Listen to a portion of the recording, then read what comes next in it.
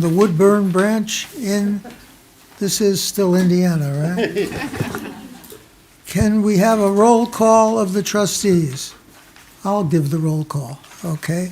Jim Williams, Present. Marty Seifert, Present. Pat Pastrick. Here. Ben Eisbart present. All others are unaccounted for. We have a quorum.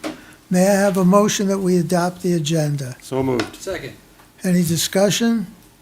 All in favor signify by aye. Aye. Opposed by nay. It passes, and unless there's any objections, I will group the minutes of the following. Minutes of the regular session, October 23rd of '25. Minutes of the executive session, October 23rd of '25. Minutes of the Finance and Personnel Committee executive session, October 23rd, '25. And minutes of approval of claims, November 10, 2025. May I have a motion? So moved. Second. Any discussion? All in favor signify by aye. Aye. Opposed by nay. Passes. Let's do the financial report. Okay, thanks, Ben. This month, we actually only have one new line, actually, that's spending ahead, and that's our insurance line, due to premium increases, and actually more so of invoice timing, which is resulting of it spending ahead. We'll do an adjustment at the end of the year, like we do with the other lines. Just a recap, for the other ones that are spending ahead, telephone service was on our September report. Other professional services were on August. Legal services were July. Computer equipment were on the April report. And training and landscape snow removal were on the February report. And I only have a few notes and news, but they're kind of exciting, actually. Last month, I reported that we were preparing for our rating call with Standard & Poor. It went very well. We received a rating of a AA-, and it actually ended up being the same report, or same rating as what we had from Moody's when we issued the prior bond, so we were very pleased with that. And then just last week, we completed the $6 million general obligation bond sale. And due to the strong rating, we had a competitive bidding process, so we received 6 bids with that. And right now, we were doing the reviewing of all the final documents and prepare for the bond closing, which is scheduled for December 11th. So everything's moving along. What rate? Along with that. What's the rate? 0.3, let me dig my other paper out, so I brought that with me. 3.113, after the, that's the net interest cost after restructuring. That's good. Thank you. And then, now that we're already in the middle of November, I can't believe it, I've already been reviewing several year-end activities, including budget adjustments and carryover encumbrances, investment reports, that type of thing. So I'll start bringing those to you over the next couple of months. But if you have any questions, be happy to answer any. Questions? No questions. A motion to approve the financial report? So moved. Second, please. Second. Any further discussion? All in favor signify by aye. Aye. Opposed by nay. It passes. We'll circulate it for signature. How about the claims? Okay, total claims today was a little over $507,000. High claims were a little over $74,000 were for our sewer repairs and replacements of the tap, I guess, at Tecumseh Ranch. Our first, I guess, salt issue that we just had already in November was about $58,000. And system-wide electrical was over $50,000. So those were our top 3 of that. Questions on the claims? Motion to approve? So moved. Second. Thank you. Any discussion? All in favor, aye. Aye. Opposed, nay. It passes. Let's move to committee reports. Marty, capital projects. Basically, the same report as last month. We're moving forward still with the real estate acquisition and trying to identify that and move forward on that process. And I think we could also say the bidding deadline passed last Friday for our construction, so we're evaluating those bids, and that will also go through an interview process as well in earlier December. But that's what we have to report right now for capital projects in the facility master plan, and spending all the money that we're receiving under the bond and moving it Yes. forward expeditiously. Any questions of Marty's report? Thank you. Jim, do you have a nominating committee report? No? Yes, the nominating committee wishes to present / nominate the following trustees to serve on the board in the following positions: Mr. Eisbard, President, Mr. Seifert, Vice President, and Mr. Williams, Treasurer. We have a committee recommendation. Do we have a second? Second. Any discussion? All those in favor signify by aye. Aye. Opposed by nay. Thank you very much. Susan, you want to address the meeting dates and the revisions? I will, with an apology. I do have before you a slightly revised 2026 meeting date and location list. We did have to move the location for when we visit Georgetown. We now have us going to Georgetown in May. That is due to, originally we had us visiting Georgetown in June. That would conflict with their summer lunch program.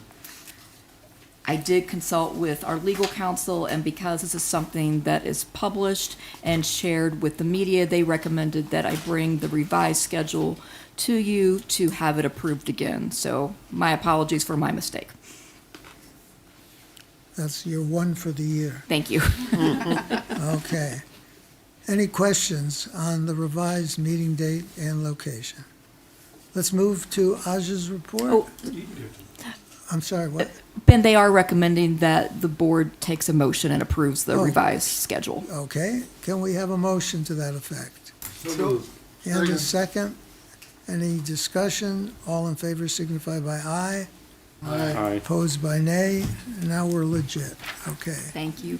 And I will cue up Aja a bit. So Aja has truly been on a whirlwind tour of the Midwest the past few weeks, doing presentations. So she and Chris Ford, our marketing manager, last week were in Indianapolis doing a presentation for librarians statewide on marketing at the Indiana Library Federation conference. And then literally the next day, she was at the Library Marketing and Communications Conference, which is a national conference in St. Louis, presenting on library marketing to a nationwide audience of library marketing professionals. And I thought she was top of mind. I'd ask her to come to this body to speak about our marketing efforts and how she is doing some marketing segmentation and using some digital tools to help narrow that message to the right audience. Sure. So anybody who knows me I will talk all day about the amazing marketing work that my team is doing with our marketing and our digital communications teams. But I tried to narrow it down for the purposes of this meeting. So if you would like to dive deep into our marketing plans and strategies, I would love to do that anytime. But today we're going to really kind of focus on patron communications. And I want to just talk a little bit about how it connects to the strategic plan and our goals, a little bit about our marketing mix, and some specifics about our direct patron communications, and then give you some time if you have any questions. So our strategic goals, this is familiar, I'm sure. This is our graphic that we use to describe all of our strategic planning vision, values, and the specific areas that we are focused on with our goals. There, of course, marketing underpins everything that we do at the library. We are here to be a support in any way that we can for all of our strategic initiatives, but these are the ones that really have a direct line to marketing work that we've been doing here recently. So increased communication about the collection, so specifically looking at making sure people know about our incredibly rich and robust collection that we have of books and other materials. Increasing access to technology devices and e-resources, so not only talking about the books and all of the different resources you can check out, but also talking about the digital library, digital resources that we have as well. Implement strategic outreach for special populations, so that's looking at the populations of the people we serve and how we can get strategic messaging in front of them. Enhance the patron experience with automated and just-in-time communication strategies, so not just one-off campaigns, but campaign messaging that is triggered based on the activities of that patron. And implement data analysis and marketing tools to better understand and reach our audiences. So not just doing what we think might work, but actually looking at the data and how things perform so that we can make informed decisions where we put our energy when it comes to marketing and communications. And then down here in the left is increase the number of cardholders to 75% of the county population. That's our stretch goal to try to get from where we sit today. We sit about 54%. So we have implemented on my team what we call wildly important goals. If anybody's read the 4 Disciplines of Execution, it's a concept buried in that book of leadership tactics. And it basically says we've identified this as our team's big goal, our wildly important goal, and we set monthly and weekly leading indicators to help us move towards that goal in a really strategic fashion.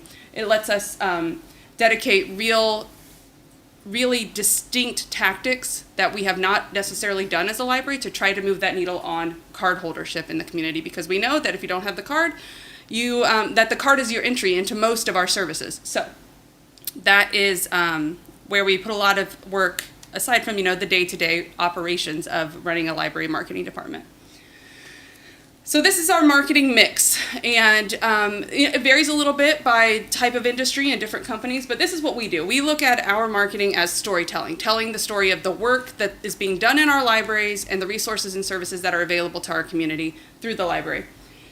We do traditional advertising, television, radio, billboards. We do digital advertising that's on social media, Google AdWords, that kind of stuff. We have our web and app that we have to manage and keep up to date. We also have our social media channels that are daily reminders in people's feed about the work of the library. Of course, media relations, which you've all heard me talk about, and I will geek out about, but that's working and making sure our story is told in the media. And then patron communications. So the direct communication that we do with patrons about things that should be of importance and relevance to them specifically about the library. Any questions so far about the general overview of how we approach marketing? Okay, so there are some cool things we're doing in patron communications that are different for our library, and I just thought I would pull out a couple of examples to show you. So this is, I'm first going to talk about LX Starter. So we have our Vega suite of tools that accompany our ILS, which was the big project that we did a couple of years ago. So, libraries have always had, or at least since the internet became real, a method of telling patrons different things about their account. So your book is almost due, your hold is ready for pickup, those types of things. And built into our ILS are some pretty standard messaging that would come across. It's got the logo and it says, your hold's ready to pick up, come get it. But we have LX Starter that came along with our package of tools. So we have implemented LX Starter messaging, which allows us to customize the messaging that goes along with that activity connected to that patron's account. So when their hold is ready, they get a message that's this example. We do, the book's almost due, the first time that it's overdue, the second time it's overdue. If you're like me, you get those messages fairly regularly. And they say things like, oops, you forgot to return your book. Bring it in. Trying to be a little bit more personable and a little less transactional in that email communication.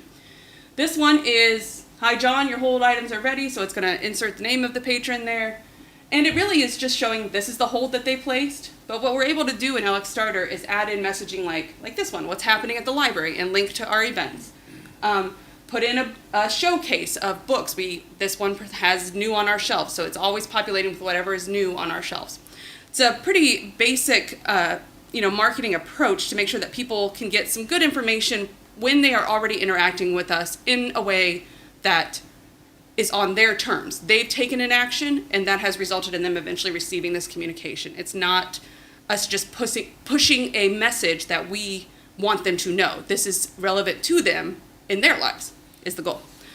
So they all have incredible open rates. Let's see, they range 53 to 72% open rates. That's sort of unheard of in email marketing. When I was at the college, we kind of throw a party if we had an open rate of like 18%. So the fact that people... What does open rate mean? The number of people that actually clicked and opened the email. Okay. So, usually, you're on your phone or your computer and it's got a subject line and you can see where it's coming from. Most people just delete. You get things from different businesses, you just delete them, you don't even read them or open them. But these people are opening. And I think there's a lot that feeds into it. It's not that I think we're like these incredible subject line writers, although I do think we do a pretty good job. But I think it's because it's coming from the library and they want to know what we're telling them. And these specifically got high open rates because it's saying in the subject line, it's responding to something that they know that they have done. They know they've placed a hold, and now that hold's ready, and that creates a sense of excitement. Now I want to open this email. So I'm not surprised that they have high open rates, but our emails generally run above a 50% open rate, which tells me that they want to hear from us, and we're not spamming them. We're not overwhelming them with messaging so that they would be ignoring us. Okay, so some cool things. This one specific has a 72% open rate. But I want to tell you just the bulk of where people click the bulk of what happens when somebody opens this is they open it and they do nothing else. All right, because right, it's your hold. You just want to see what hold is ready, and do I want to go pick it up, or I'm going to wait till all my holds are ready. But we see a lot of clicks through on this. This particular one, we've been running this for maybe a little over a year now, and we have seen 873 people click on the locations up there.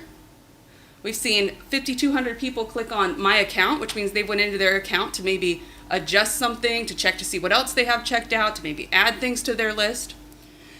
We've had 500 clicks into the digital library.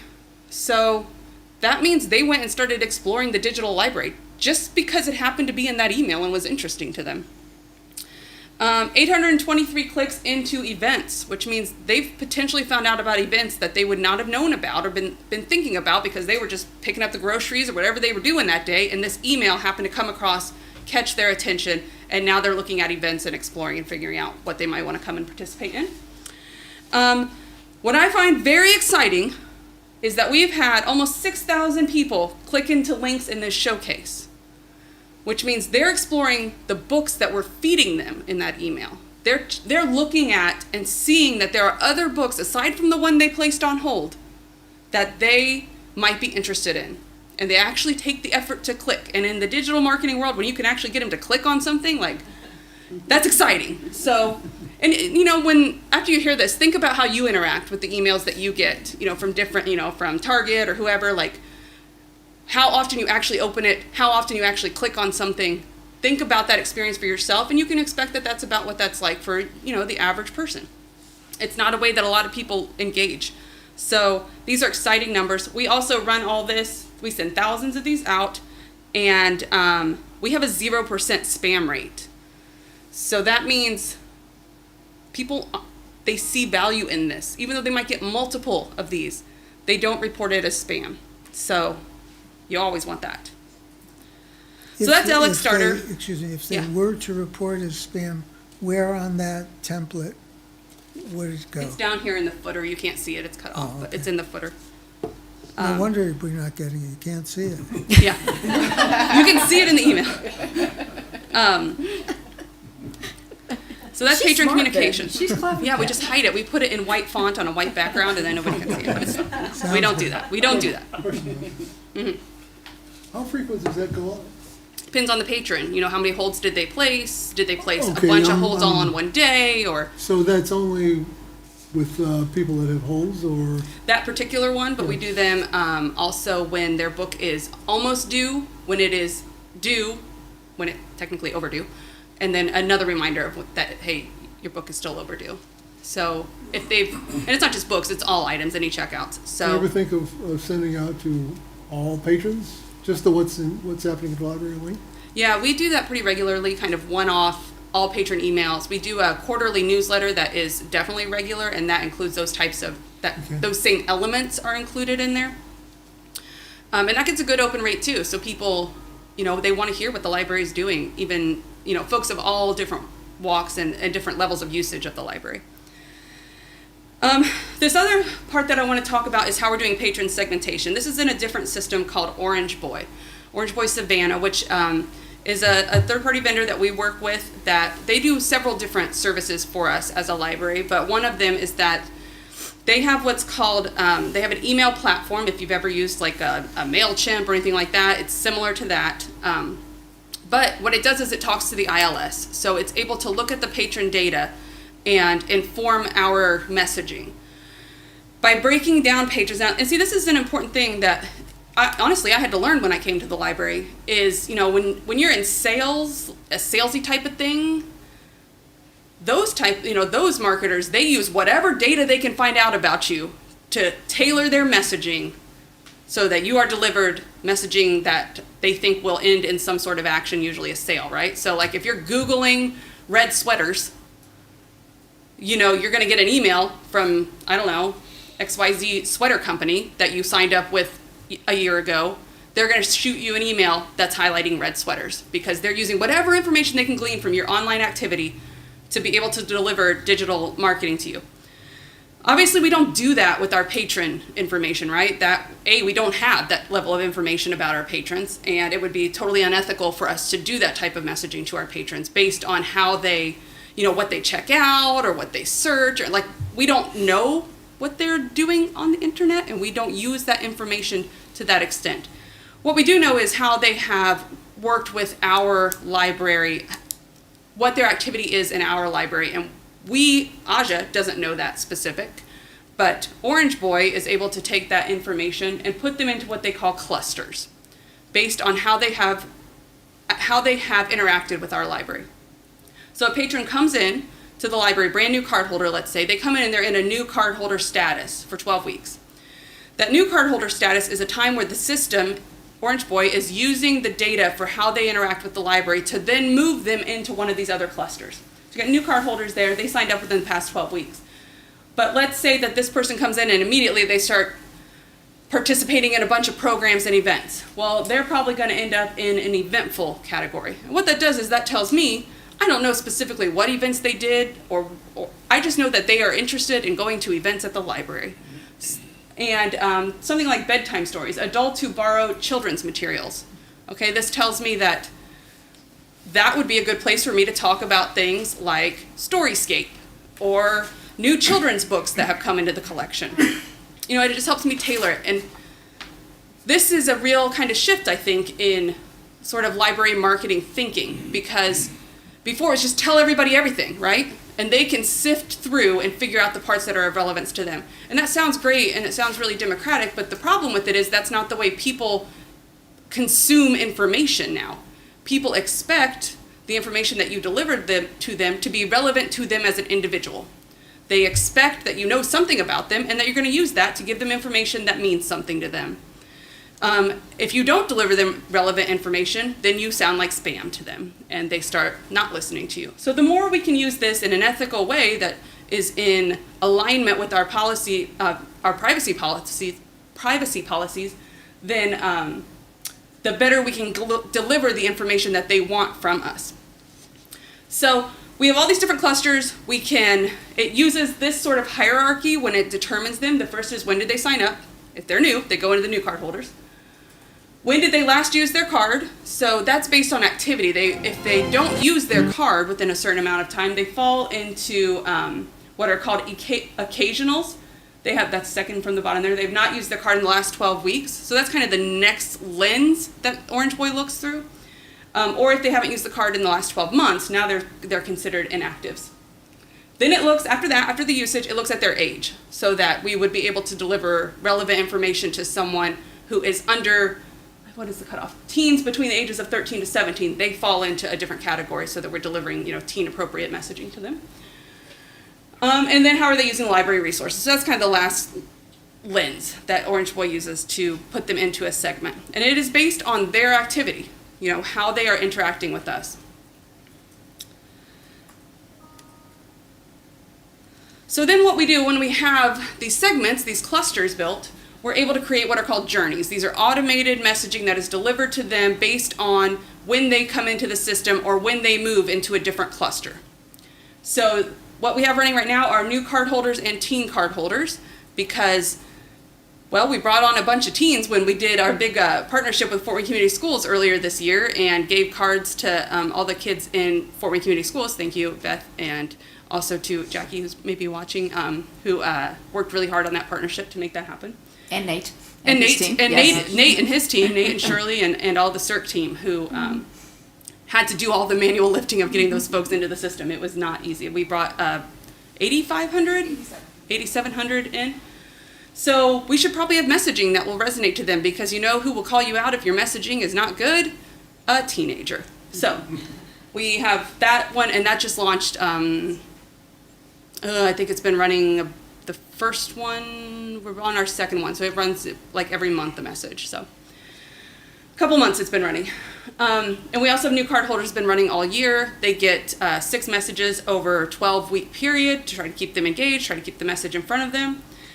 And we have some preliminary data on whether or not that's working. So the goal of that journey is to take a new card holder and move them into any other cluster other than the occasionals. Because if they fall into occasional in that first chunk of time and they haven't taken action and used their card and gotten, become part of this magic, if they haven't done that, the likelihood of them doing that, really starts to fall. And we certainly don't want them to fall into 12 months inactive. So the goal is anything. We don't care if they move to bedtime stories or eventfuls or digitarians. We don't care. Just anything that moves that shows that they've had enough activity that they are moving into a deeper level of engagement with us from simply being new in the system. So before we put the journey in place, we had about 47% of new card holders stay active. All right, so that means about 53% fell into occasional. But when we launched the journey, we have the reverse of that now. We've already seen move to 53% of new card holders remaining active, moving into other deeper levels of engagement with the system and not falling into occasional. That's very exciting. That's a huge swing in a relatively short amount of time and tells us that the messaging is having an impact on retaining and more deeply engaging our patrons when they come in new and they're excited and they got that card, keeping them and building that excitement and making sure that they know about the different things they can do with that card. This is an example of this is the first one that folks receive when they come in as a new card holder. First message is welcome. We are glad you're here. That is messaging that is better than here's your card, go use it, Also, what we hope people can take advantage of pretty quickly is looking through the collection and finding things that are of interest to them. Books, of course, first and foremost, because we don't know what they're into because they're new, right? Like we don't know what kind of books they're into, so we want them to be able to peruse the various genres that might be of interest to them. We want them to know about events, have easy access to that, and we want them to, right there on their phone, start exploring digital resources that they can take advantage of without even having to come into the library necessarily. And we want them to know about the mobile app. Mobile app makes life even that much easier because it's all right there on your phone. So it's a great way to engage folks, especially if you know they're absorbing your information in an electronic form because they're reading this email, making sure that they know how to continue to use that electronic form to serve the broader range of the library's services. So that's our journey. Oh, and those are some of the journeys that are currently being built and will be launched. We talk about that 75% cardholder stat. That's new cardholders, but that's retaining existing cardholders too.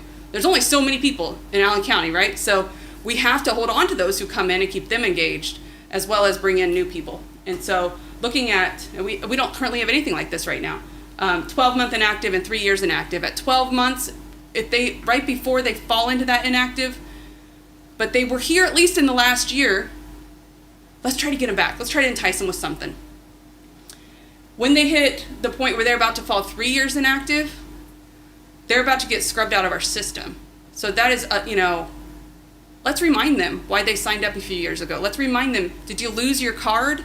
You can still come in, we'll get you a new one. Like those sorts of things, thinking about what messaging might be resonating with someone who's at that point. They loved us at some point, they used us at some point, but they just haven't connected. Maybe they moved and that, but maybe they lost their card. Maybe they don't realize we went fine free. Those are messages we can share to try to re-engage those audiences that have been a little inactive. We're going to work with occasionals, we're going to work with digitarians because we can serve a lot of stuff to them in electronic digital form, and home locations. That's going to be very cool. We're going to have messaging that goes out based on what branch is their home branch, messaging that comes from the manager of that branch, faces that they know, people that they know in their community. So cool stuff to come.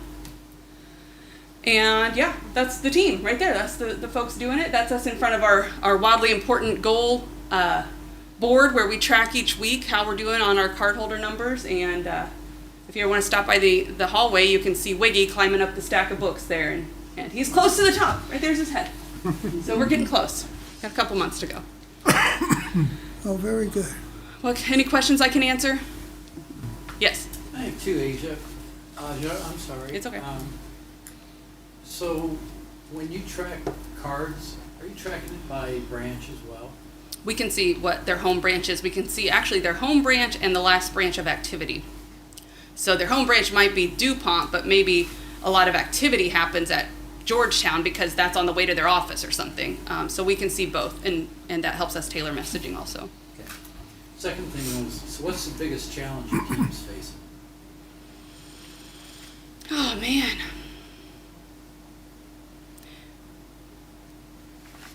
I would say that finding the right tools that are appropriate for library use and also allow us to do some of the cutting edge marketing tactics that, this is a team of people who, nobody's from library world. Everybody comes from different industries, B2B sales, nonprofit marketing, working with, they all come from different areas, different industries.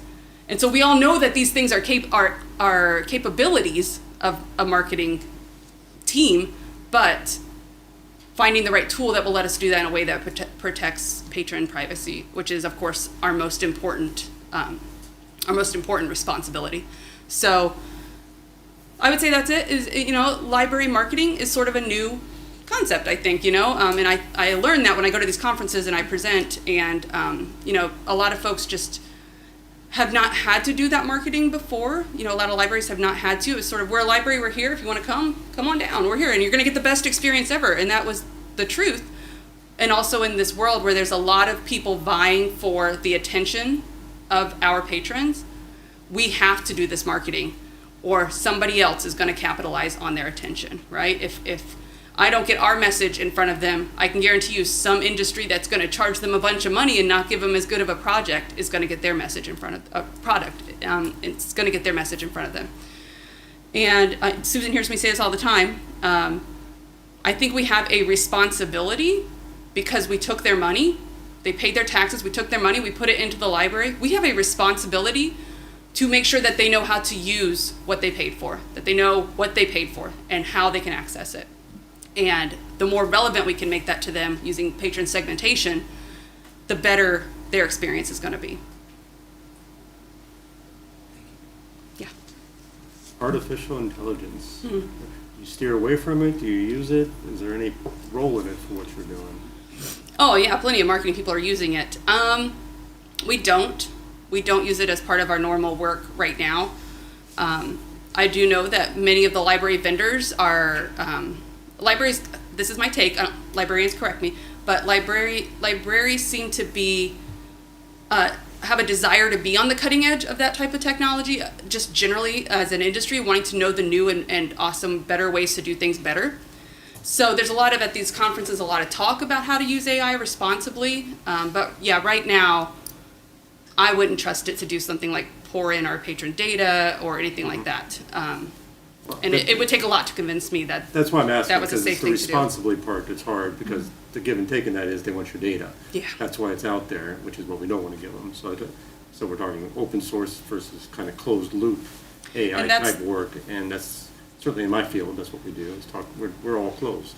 Yeah, and that's we can't the- go be out there, so. That's the conversation happening right now Okay. in kind of library world, is like, there's all this amazing power here, and all the other industries are going to start using it or already are. How are we going to be responsible and also stay on the cutting edge? And I think our patrons hold us to a higher standard. I know they do. Yeah. I mean, right now we don't use it. I don't see a world anytime soon where we do in a systematic way. I mean, do I open up a chat GPT and ask it to take my 400-page paragraph, because I wouldn't stop typing, and pare it down to 100 words? Sure. And then, double check that they didn't mess anything up? Sure. But nothing that would involve patron data or use of our systems or access to our collection or anything like that that would compromise anything. Well, thank you again. Very interesting. Thank you, Aja. Thank Oh, you. great. Thank you. I'll be at PLA in the spring if anybody wants to come see that Yes, presentation. in Minneapolis, so continuing in the Midwest. Okay, let's move on to item 9 on our agenda, the Executive Director's Report. Yes, and I will turn it over to our host for today, Paige Shook, the manager of the Woodburn branch. So Paige and I were talking, it's been well over a decade since the library board has met at Woodburn, and it was scheduled to meet here in March of 2020, but we know what happened there. Unfortunately, it was not our time. But I got to shine in February of 21 when I got to show you guys a video at the main library where I talked about our parking lot and how amazing it is and how unique it is because we actually have a sufficient amount of parking spaces for our patrons, which is fantastic. And if we don't, our lovely pals at True End over across the street are more than happy to let us park in between the tractors. But yeah, so welcome to Woodburn. This is probably is my favorite branch, of course, because we are so unique. While we are small and we are located in a city, because Woodburn is a city, if you did not know, we are small, but we have a lot of items that we are able to give to our patrons in our community. Recently, in March of 2024, we got a Storyscape. We were one of the first branches to open our Storyscape. We were the first one to do a grand opening, and it has changed the way Woodburn operates. We used to have a long period of times in the day when we didn't have patrons, we didn't have interactions, but now it's very rare for us to not have people in our building. Families are coming in now, and they are staying for more than 5 minutes. They're coming in and they're staying for an hour. They're meeting other families. They are meeting new friends. Just last week, we have these 2 kids, never met before. One is 3 and one is 6, but they are best buddies now, and they plan library play dates at the library. And that is all thanks to our Storyscape and the environment that my staff is able to create for them to be able to explore the materials as well as the interactives that we are able to provide. Not only do we have a really awesome Storyscape, yes, I'm going to continue talking about Storyscape because it is amazing. We have some really great programs that we do, not only in-house but also as an outreach. True Land is one of our big outreaches that we do. We do once a year, we do their Kids Day of Play. So we go over and we have a day of agriculture fun. We talk about harvest safety. Tractors and how you can't, you have to be careful. They may be awesome and cool, but you have to be cautious. That is something here in a rural community that is very important for everyone to know. And so that's something we team up with them. We also have coming up in January and February, the Woodburn Lutheran School right here on the corner. They will be registered all of their students with library cards. We are working on that in the talks with that. For the last 3 years, the Woodland Public School, we register their 6th grade class with library cards. So we go to the school, we register all 6th graders, which is about 150 to 200 kids, just depending on the year, because they do a big field trip to the main library every year for their research project. And they get to explore the main library, and it was always a fight to make sure the kids got their cards beforehand, and parents coming in at the last second and right before closing. So it's you know what, let's go to the school, let's sign them up, let's be that partner and do it there instead of having to wait the last minute. And that has been amazing. And we are so happy with the service that we're able to give those kids. And then they get to come in and they get to use their library card here, which is great. Let's see, what else can I talk about Woodburn? I can talk about Woodburn all day long. So another really fun thing that we've noticed with our Storyscape edition that we have is our hold shelf is much larger than it was. So if we were talking back in 2019, our hold shelf was about 3 shelves max. We don't have a lot of people, we just didn't have that many people placing items on hold and not users. Our hold shelf now is 5 shelves. Can easily go down to 6, has had happened before. So we have seen an increase in our circulation with our Storyscape, as well as I will say my staff too. We are pretty amazing staff here. If you haven't noticed the windows, some decorations, my staff is very talented, and we make sure to be a very welcoming environment for everybody who enters our doors. whether it's somebody who just got a new e-reader from their grandson and is too embarrassed to ask for help on how to use it. We help him every single year. So when his grandson comes to visit, he knows how to use it, and he doesn't have to tell him. He has no idea how to open this thing. To people who buy brand new cars and don't understand how to hook up their Bluetooth, they just don't get it. They don't know how to do it. They lost the CD, so they can't listen to their audiobooks no more, and it's a tragic event, but it's no worry. Come to the library, we'll show you how to use Hoopla, Libby, and we'll get your Bluetooth hooked up to your phone in your car, and you will be perfectly fine. So not only do we serve the most youngest patrons, but we also have the elderly that we also assist with any of their technology questions. Well, I keep my speech short because I could talk forever, but is there any questions that you guys have for me that I could attempt to answer for y'all? Let's talk about the marketing. Do you feel like the marketing is getting the word out to people around here Yes. sufficiently? Okay. I do, yes. I think with our Storyscape and the marketing covers that happened with that, we may not have had a lot of people on the day of, but I had people coming for the next 2 weeks like, oh, I saw this on the news. Oh, I got this in an email about the Storyscape. We had to come and check it out. We needed to see it. And these were people who didn't even have children or any grandkids. It was just they wanted to come and scope it out. And I know that without the email that was sent out and the media covers that we got for it, we probably wouldn't have seen them. Paige, first, thank you for hosting today. Yeah. More importantly, I'm going to ask you the same question I asked Gaja. I'd like to know what's your biggest challenge here? Well, my biggest challenge, I would say, I'll go with space. Because as you can tell, our large meeting room may not be the largest around. But we get very creative in how we can do things. A lot of our big programming, so when we have, for summer learning, we could have easily 120 people. There's no way they can fit in this room. So we do a lot of hosting out in the library.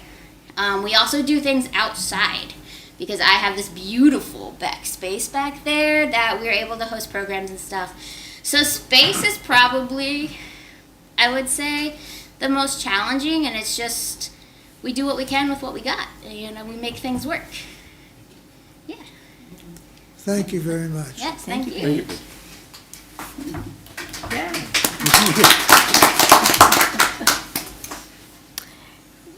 In other news,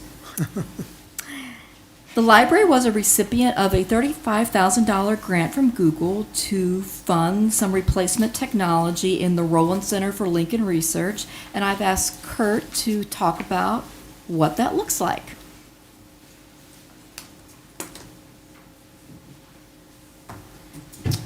Thank you, Susan. 3 presentations in one board meeting. Yes. This is a great location. We'll have to Trifecta. come back, Paige. I was asked to make it brief, and I certainly will. We were just really excited when the Googlers came to Fort Wayne. They were engaging with a lot of community groups, and they wanted to engage with us at the library. Under Susan's leadership, we had just a great tour for them. They went and saw a lot of things. I'm just really pleased that they took a shine to the Rowland Center.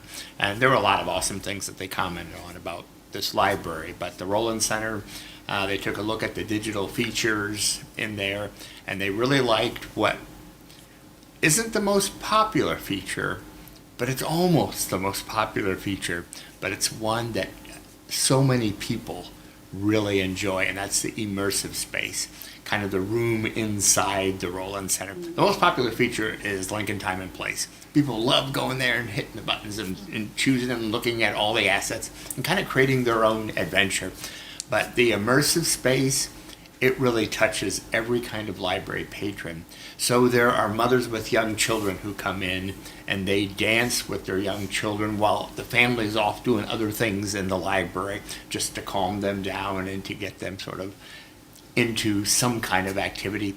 Students of all ages love being in there because it's doing what the space is named for. It's immersive. It's immersive space.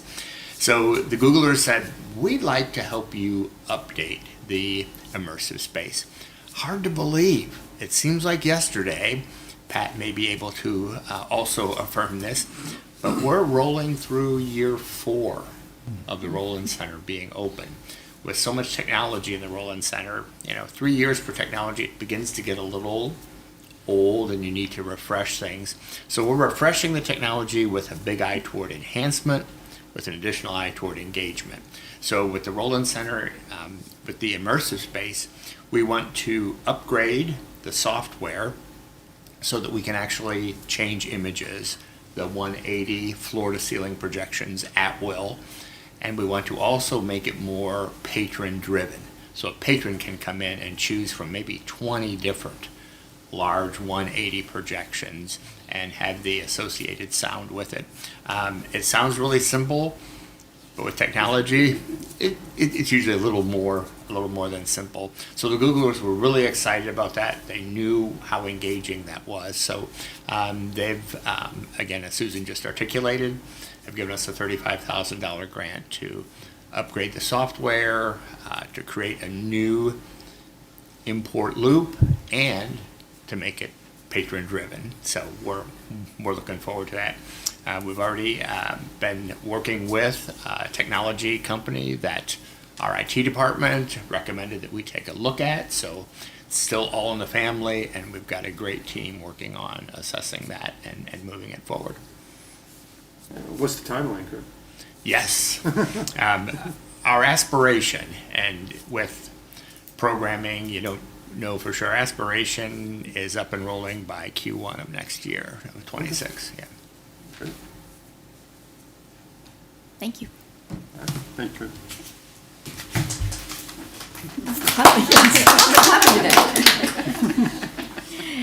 And some more announcements, more good stuff. I had mentioned the presentations that Aja and her colleague Chris had done at some conferences. Also, Tracy Ward, our Adult Services Manager, was a presenter at last week's Indiana Library Federation conference.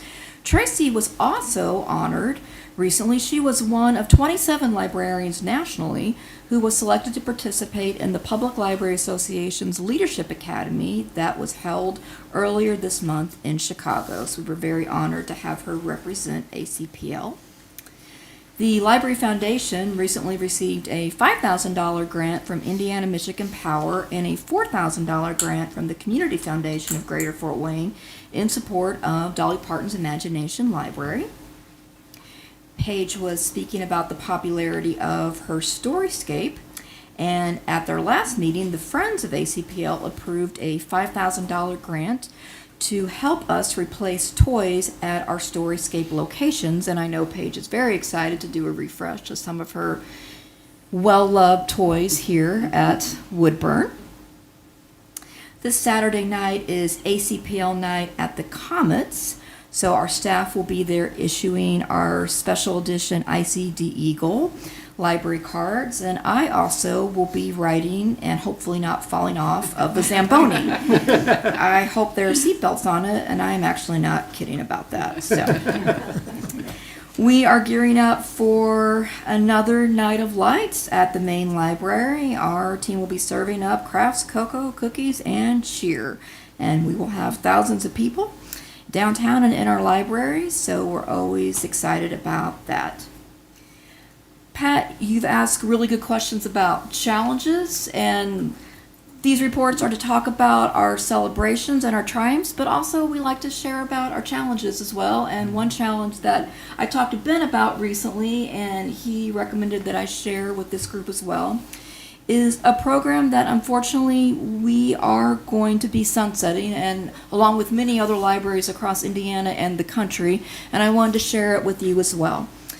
Are you familiar with what hotspots are? If you aren't, they are devices that are probably a little larger than a deck of cards, but for the past 3 years or so, we have been able to check out hotspots to patrons much as you would a library book, and it's a device that brings the internet home to a patron, that they are able to check it out and use it to connect to the internet.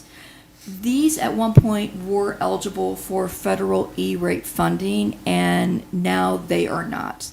And due to them not being eligible for E-rate funding anymore and other budgetary constraints, we are beginning the process of discontinuing that circulating hotspot program.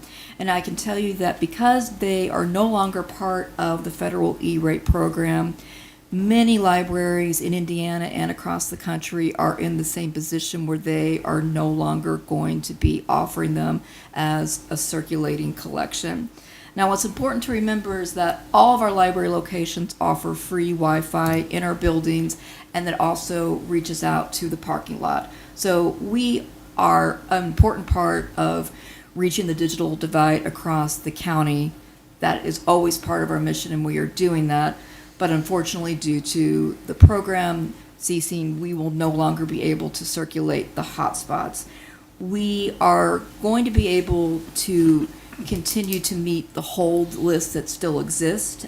We are going to stop taking holds December 1st. We started when we began the program a few years ago with a collection of 80 hotspots. Due to patron loss and to damage rates, we are down to about 19 of those devices. And about last week we checked and we had about 117 holds on the 19 hotspots we have left. And we're going to cycle through that holds list and then sunset the program. We have communication that we are putting in the bags that circulate the hotspots to let those patrons know that the program is sunsetting. And we have communicated this out to our staff of Talking Points to let the public know that this will no longer, unfortunately, be a program that the library is able to provide. Yes? 2 questions. Is there a typical user for those? I would say a typical user is someone that, and I'm generalizing, I but understand. who does not have home internet. So is it more common rurally, or is it a socioeconomic thing? I would say, and I'm generalizing, but probably more social economic. Okay. I would also say that it is a lot of repeat users. Is that fair to say, Tanya? Yeah. Second question, what's our annual cost? About $35,000. Yeah. And it's to the point, the main decision factor behind this was that it's no longer part of the federal E-rate program.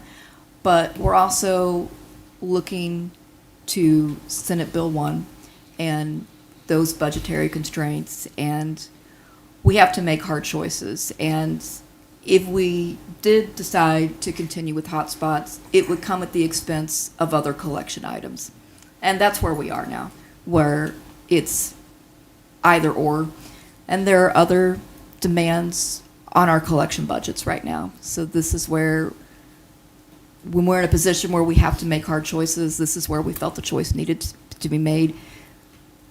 Considering that we do offer Wi-Fi, it reaches out to our parking lots, and it's available 24/7. It was a hard choice to make. I also wanted to share regarding our new gateless parking at the main library, which has now been in effect about 2.5 weeks. I want to give a big thanks to our security team at the main library because they really have taken the lead in implementing this and explaining it to our patrons. I think in some ways it's gone smoother than I have anticipated, but with anything new and with anything involving technology, there's always going to be a challenge. I think it's working relatively well, but it would be disingenuous if I sat here and told you that everybody loves it and they're really, really excited about it, because it is new and it's a departure from how we have done it before. But I have talked to people that once they have used it, they have said, this isn't as scary as I thought it was. So it's a work in progress, and we're just really grateful for our patrons who have listened to the why behind it, who have tried it, who are understanding of the position that we're in and the why behind the decision that we made, and are working with us on it.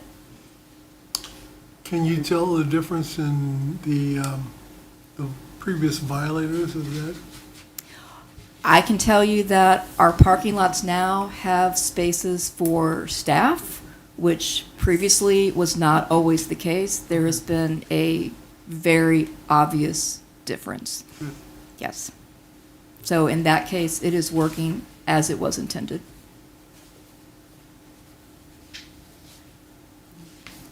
Happy to answer any other questions. Well, thank you. Thank you. Any new business that should come before the body? Any old business? How about public comment?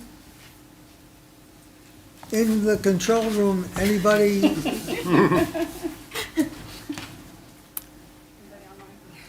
No, no one? Well, with all of that, I'll entertain a motion that we adjourn. So moved. So moved. All in favor, aye. Aye. Opposed, nay. Now, there is an executive session immediately following this. Thank you. Thank you.